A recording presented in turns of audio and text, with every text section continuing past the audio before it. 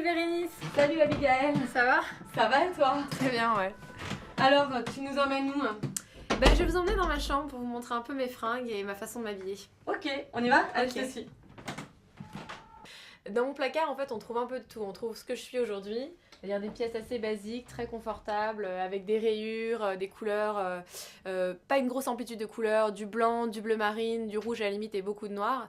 Et des pièces qui me ressemblaient plus d'il y a 5-6 ans, beaucoup plus folkloriques, beaucoup plus vintage, beaucoup plus rétro.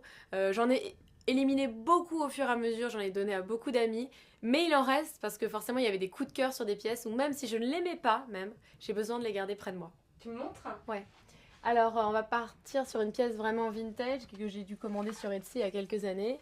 C'est le petit haut de marin cliché avec écrit Campus Casual. C'est la pièce hyper légère, mais la pièce en synthétique dans laquelle on transpire énormément et qu'on ne peut pas du tout mettre au bureau.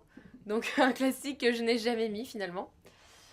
C'est vraiment une tenue que je pouvais mettre au bureau il y a quelques années et dans lequel je me sentais hyper fière quoi, parce que j'avais un style un petit peu comme ça vintage original et dans laquelle je me reconnais plus finalement aujourd'hui parce que j'ai l'impression d'avoir grandi le col Claudine. Il y a ce message à l'intérieur qui dit je suis une femme enfant.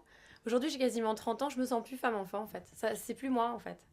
Il y a cette grande robe par exemple. Et finalement, à Paris, avec le métro, les pics de pollution, le vélo et le quotidien, on peut pas trop la mettre. Le but à l'époque, c'était vraiment de s'habiller de manière unique. Je voulais pas retomber sur une pièce, un t-shirt, une robe ou un pantalon sur une de mes copines, quoi. C'était un truc où...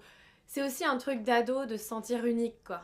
On le sait, mais on a besoin de le prouver avec nos vêtements. J'ai commencé à apprendre et à comprendre que ah tiens, quand ça tient bien sur les hanches, ça me va mieux. Ah bah tiens, quand il y a un t-shirt qui est plus proche de la poitrine, ça me va mieux. Par contre, le truc bouffant sur les hanches, ah bah ça marche pas avec ma physiologie. Alors maintenant, ton uniforme, c'est quoi?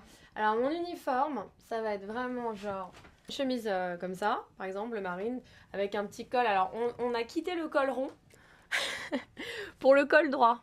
Bon ça c'est assez en même temps à la mode, hein, les cols droits. Parce que moi je mets rarement de pull dessus.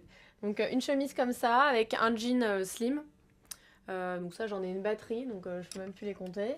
Et puis avec un petit gilet ou un petit pull. Et après je vais mettre un détail avec un petit collier. Et ça va être des boots, mais c'est un peu l'uniforme de la parisienne, mais au moins... Il y a deux robes que j'adore, dont... Alors bah, celle-ci fait partie. Un peu smokée, mais qui est complètement stretch. Donc en fait, il y a le dos là comme ça, qui est assez sexy.